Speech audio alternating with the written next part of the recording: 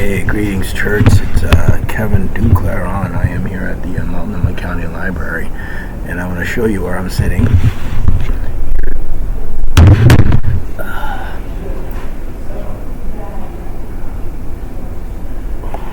Okay.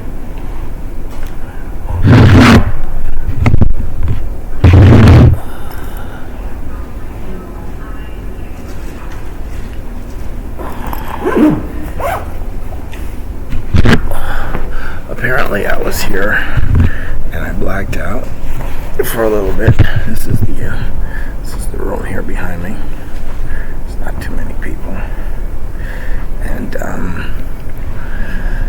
somebody came, and I think Gabriel came out and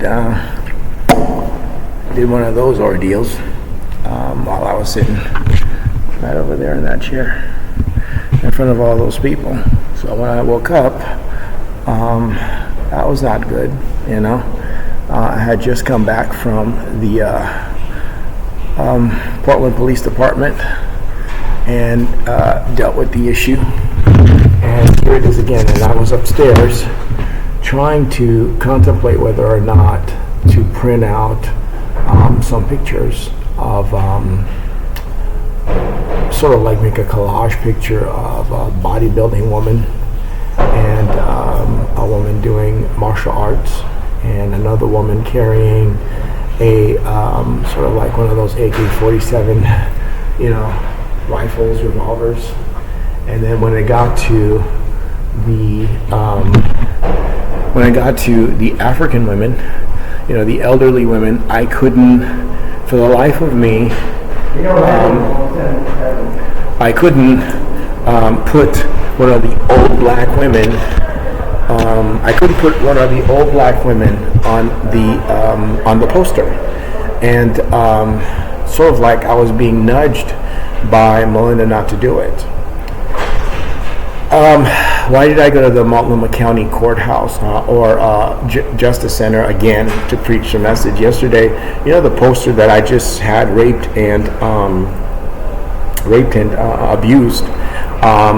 Yesterday when I was preaching in front of the Justice Center, I was cut off by an Asian homeless man, and he was wearing this green sleeping bag. And he came and he cut me down, so I stopped preaching, and he was mocking me, boo hoo hoo, and I didn't say anything to him. I understood that it was time for me to stop preaching, so I stopped, and then just came here to the library and did whatever I needed to get done. Well, the Lord had asked me to come back to the Justice Center and speak to them again. Last night we had a short incident at the Duclairon'S.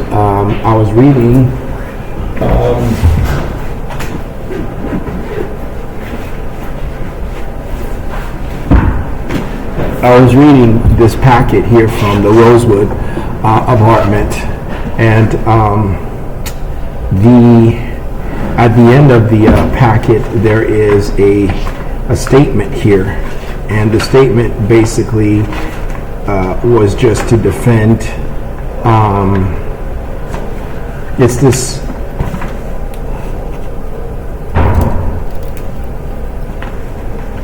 it was to defend this position here. I don't know if you know of it, but it's called VAWA. It's Violence Against Women Reauthorization Act of 2022. It says here CCC recognizes VAWA provisions and its protections. CCC has adopted a policy from the Violence Against Women Reauthorization Act of 2022. For further information, please refer to CCC's Model Emergency Transfer Plan for victims of domestic violence, dating violence, sexual assault, or stalking. It says here the transfer plan, as well as domestic violence certification and emergency transfer request forms, may be requested from any housing properties front desk. So after reading the entire packet, when I got to this last portion here, dealing with VAWA, I asked, well, what about the men who are being victimized by women? African American and Haitian women. They're being victimized. In other words, they're the ones doing the domestic violence and dating violence and sexual assault or stalking, sort of like what I've been dealing with Gabriel. So I went to the desk and asked the woman that was working behind the desk about it, and then tried to use my own history to basically say, from the very beginning of my coming here at the age of 10, if the government had nipped it in the bud and had confronted Gabriel on the issue of sexual assault, and then, none of this would have happened. I wouldn't be here today as a Doreen having to deal with this woman. She's hidden in the background, okay? And whatever she does and wherever she goes, she's protected. VAWA protects women who are, who are practicing violence and assault and stalking men. It's supposed to be, and it's like you never suspect that the man becomes a victim of it, but even a man from a seminary could become a victim of it if they are protected by the American government. Right? That's just how it goes. You just don't see it coming. So just like a few minutes ago when I blacked out in there, I didn't see that coming. Somebody pulling out my genital and then just exposing it, putting their mouth on it, jerking it, using it, and doing whatever it is that they did in front of whatever patrons were there. How embarrassing and humiliating, but this is the public library, and this is what seminarians don't see coming, is the whole reverse. It's like Samson being the strong man, all of a sudden they bring gorgeous Delilah, and look at the reverse.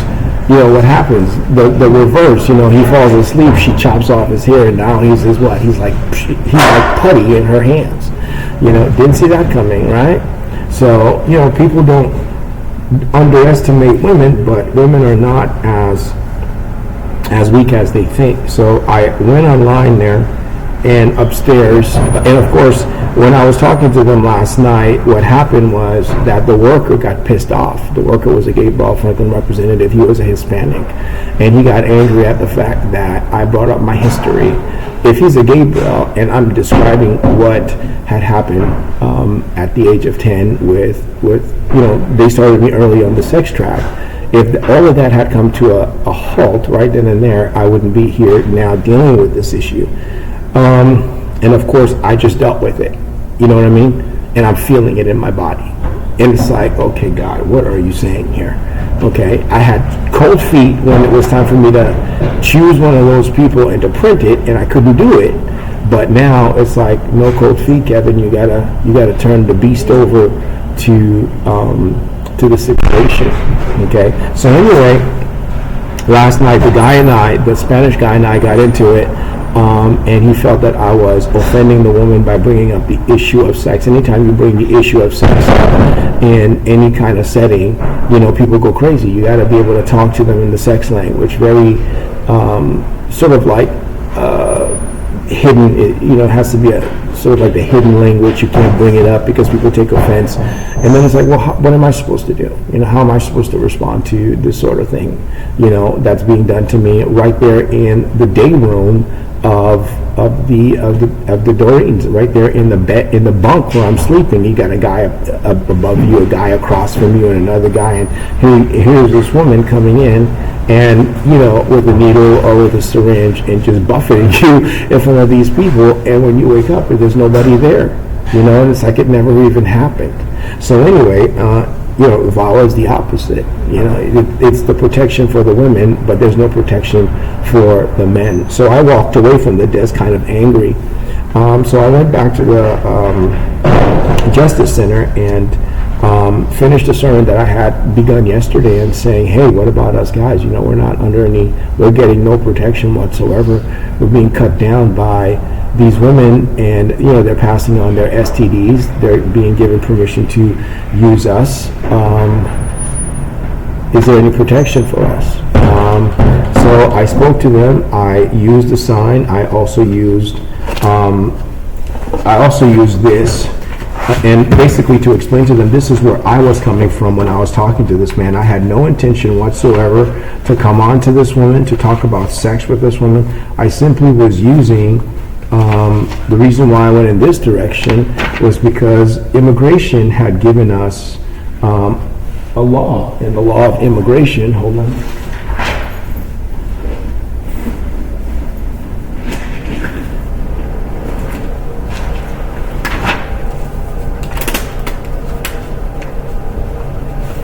So I went in the VAWA direction, asking the question, well, here I am putting in an application with this apartment complex, right?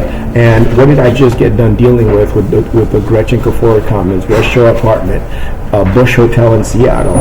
This very situation, right? This woman being given permission to do all this domestic violence and sexual assault and stalking, and when I took it to court, what happened in court? No contact order in Seattle. I didn't get the no contact order, right? Portland, I couldn't get no contact order. San Diego, I had to flee San Diego. I couldn't get no contact order. Sacramento, same thing. 3 states. And so I went in this direction with VAWA because of this law here. And I've said this to you before, right? This law right here. And what is the 8 U.S. Code 1328, no importation of alien for immoral purposes? Okay, this is where I was coming from. I use this because of this law here. And also because the packet, that we're given says, hey, there's not supposed to be any of that going on in this place, right? The packet says here's the packet. The packet says sexual behavior, 30 to 90 day separation from the shelter. You can't be doing any of that in here. So then how do you bring out what she's doing? How do you take them from the back and bring them to the front and say, hey, you can't do that. This is a reverse of VAWA. You can't be, all this violence, this bashing in my head, these needles in my shoulders and in my elbows. Pretty much everything that they're doing, they don't leave in mark, they leave pain, They don't leave marks, cuts in the body. They just leave pain, and then you gotta deal with that pain. It's the opposite of this naturalization certificate relationship that we've been given by the government. The complete opposite. What do you do when the government gives you the complete opposite relationship? It says slavery is not supposed to be something that we're practicing, but then here's a naturalization certificate, and then you're put in the community having to be dealt with on the issue of slavery. So with VAWA, I used the Doreen, I used this, and I also used the scriptures, right? So when I was preaching to them, I used the Holy Book, went back to Romans, several passages of the Bible, Romans 12, 1 and 2. I urge you therefore, brethren, by the mercies of God, to present your bodies a living and holy sacrifice acceptable unto God. So which is your spiritual worship of service, but do not be conformed to this world, but be transformed by the renewing of your mind. I used the Romans 12 passage. I used the 1 Corinthians 7, 1 and 2 passage. It is good for a man not to touch a woman.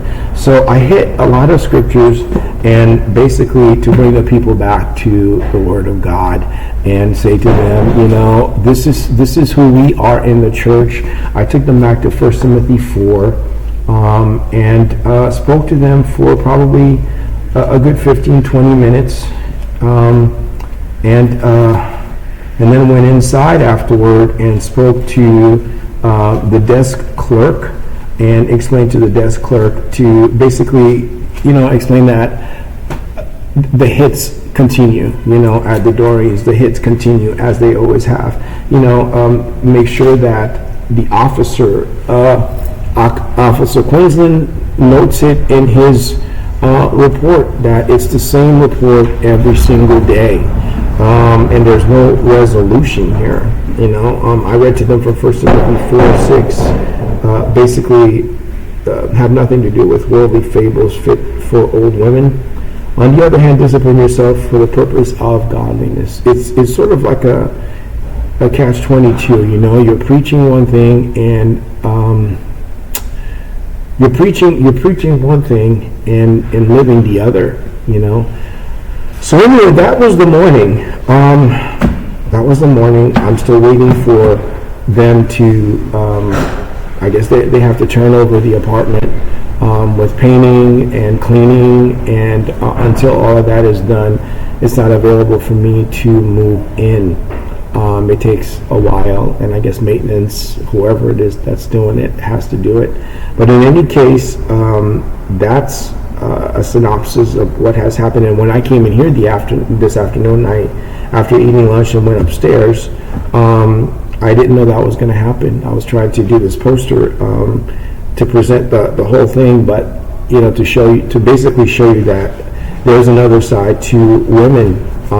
I went online and I printed some of these things that I found here. I don't know how many men are dealing with, women that are dealing with violence against them, but there's also this here, right? I thought that was kind of interesting. I haven't read the packets yet, but violence against men. Listen to this. It says violence against men are violent acts that are disproportionately or exclusively committed against men or boys. Men are overrepresented as both victims and perpetrators of violence. And so, listen to this. Male law enforcement officers show a greater reluctance to file charges of or reports when a man is the victim of domestic violence. That is a true statement.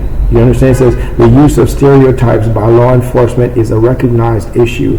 An international law scholar, Solange Malthan, argues that in conflict scenarios, sexual violence against men has been ignored in favor of a focus on sexual violence against women and children. I haven't read the article yet, but it's come from Wikipedia. So if you're a Christian man who's trying to get on with your life, and you've got, and who is it that does this to a man in the church? It's usually a clan that does this. It's usually the LGBTQ that does this to a foreigner, an international, because you have no clout, you have no authority in a European community, and so when they come at night and they do this, your body is sleeping. What can you do? And here's another article, right? Help for men who are being abused. Listen to this. Domestic abuse against men can take the form of physical violence, and this is when not when they're awake, emotional, verbal, or sexual abuse. Okay, whatever your circumstances, though, you can find help and break free from an abusive relationship. You don't even have to have a relationship with these people. There doesn't have to be an established relationship. I made the conclusion, where's my history with Gabrielle Franklin? I don't have a history with her. I came in 81. By 83, she was removed. By 85, Guy Franklin was removed. And then after that, from 85 until now, where are they? They're in the background hiding. And this is what it has become, right? This is what the relationship has become. They moved me from the Brooklyn to White Plains, and then from the White Plains to the Nanuet, and then from Nanuet. This is what it's been for the last, from 85 until now. And look at my age, 52. This is what it has become, and I can't go anywhere, and I can't do anything.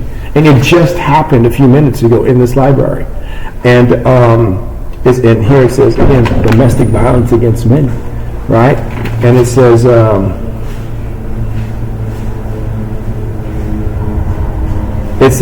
When the issue of domestic violence comes up, people often assume that a woman was abused and that the aggressor is a man.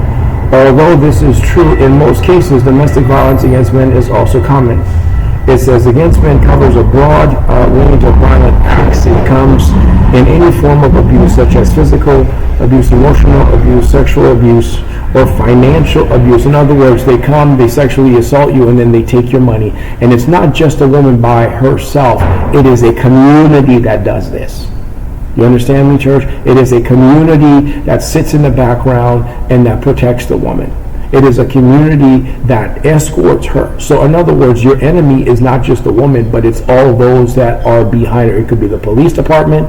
It could be a clan. It could be, depending on the race and the nationality. They may have something, a grudge against you, and the woman is what they are using to diminish you. right? The woman. It says, unfortunately, these types of abuse are often underreported and overlooked because of the misconceptions that comes with men being victims of abuse by their partners. And sometimes it's not their partners, sometimes it's their parents, right? Sometimes it's their parents who sell them out in foreign countries, like in this case here. So, here are these, these three. Unfortunately, I'm informed, but it doesn't put an end to my situation. I'm informed, but I wasn't going to do this. I was not going to do this. But once I blacked out and I woke up and I knew that somebody had been there, done that, then it's like, okay, now I have to come out. And I think I was. It's embarrassing and humiliating, to be of this spirit and yet having to deal with this in your life, And when you try to nip it in the bud and give it to the police department, all it becomes is this, and it doesn't become any more than that. The police belittles the entire thing and makes you feel like a creepy little boy. You understand? They don't try to help you resolve the issue. They don't take it seriously. This is all that it becomes. This here. And whether or not you get a sexually transmitted disease in your body, when they, despite the fact that you're preaching this to them day and night, night and day, they bring the women in, right? They bring the women in to do this, right? They bring the women in to do this. It's sort of like incognito, without your consent, and then this is all it becomes. And I'm talking about Christian men. I'm not talking about men in the world. I'm talking about guys like me who decided to, sign up for the Master Seminary, who didn't see that this is what was behind it, and this is what's behind it. Okay, and this is sort of like how they declaw you. When you take that position and you're saying, "Thus saith the Lord," they bring a woman in to do all of this, and then that's all it becomes. It diminishes you as a man of God. That's why Paul says to Timothy, let no one look down on your youthfulness, but rather in speech, conduct, love, faith, and purity. Show yourself an example of those who believe. And it's like, okay, Lord, what am I supposed to do with this?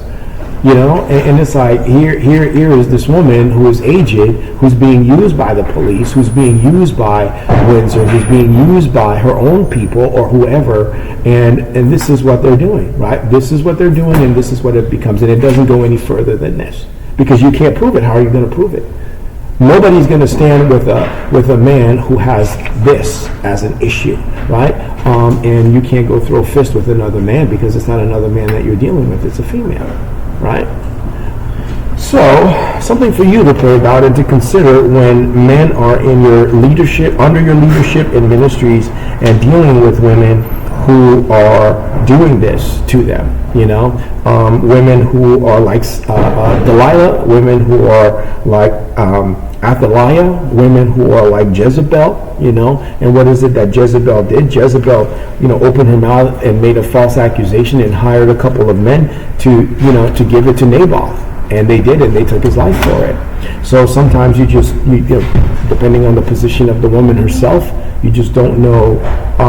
You just don't know who she is and what she's capable of doing.